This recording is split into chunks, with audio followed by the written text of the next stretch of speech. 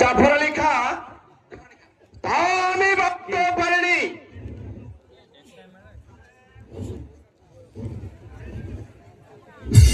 সেই জন্য আপনি কোনো চিন্তা করবেন না ওজির সাহেব, যেমন করে হোক ওই শয়তানি দুটোকে আমি হত্যা করবই। ওস্তাদ ওস্তাদ ওস্তাদ পারবে না, পারবে না, জাফর আলী খাঁ পারবে না। যে চলে গেছে তাকে আর কোনোদিন তোমরা ফিরে পাবে না। আপনি কি বলতে চান বেগম সাহেবা?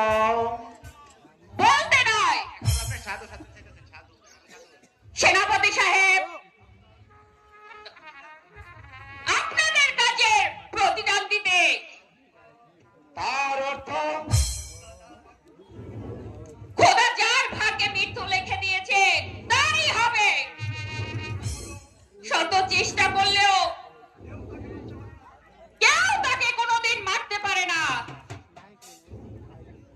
তাই তাই শিশু কামাল আজ এই জল্লাদের হাত থেকে সে মুক্ত। আপনি কি বলতে চান বেগম সাহেবা? আমরা শিশু কামালকে হত্যার ষড়যন্ত্র করেছি? নিশ্চয়, যদি ইব্রাহিম সাহায্য না করতে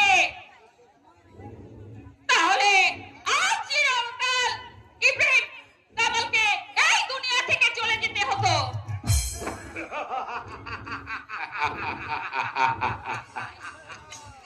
বেগম সাহেবা, চুপ করো বেগান। আমি আমি আজ তোমাদের দুজনকে হাতে চিনে ফেলেছি। তাই আমি ভাবছি এই বেঈমানির কি শাস্তি দেওয়া যায়।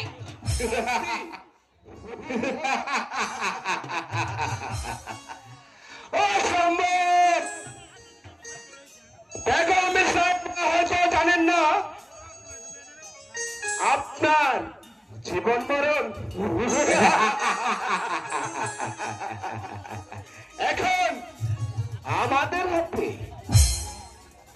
আমরা এই নবাব মহলের সবাইকে অর্থের বিনিময়ে হাত করে ফেলেছি।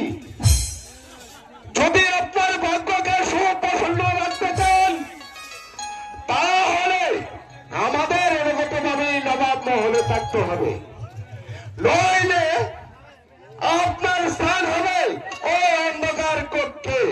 তোমার কক্ষে কি এত বড় সাহস?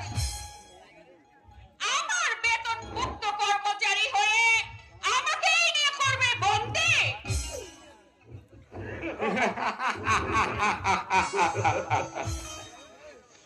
কেউ কেউ নেই। আপনার আপনার ডাকে আর কেহ সাড়া দেবেন না।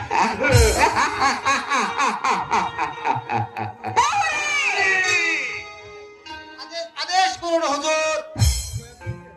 বেগম সাহেবাকে বন্দি করো, বেগম সাহেবাকে বন্দি করো,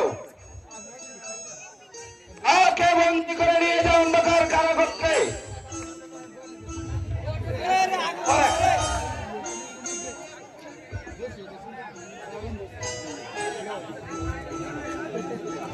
বেগম সাহেবকে বন্দি করবো আমি?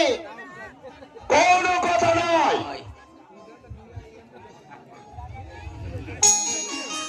ও খোদা, হে কি ছিল আমার কপালে?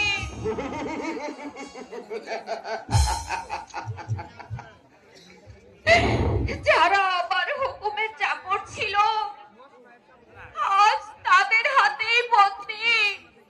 খোদা,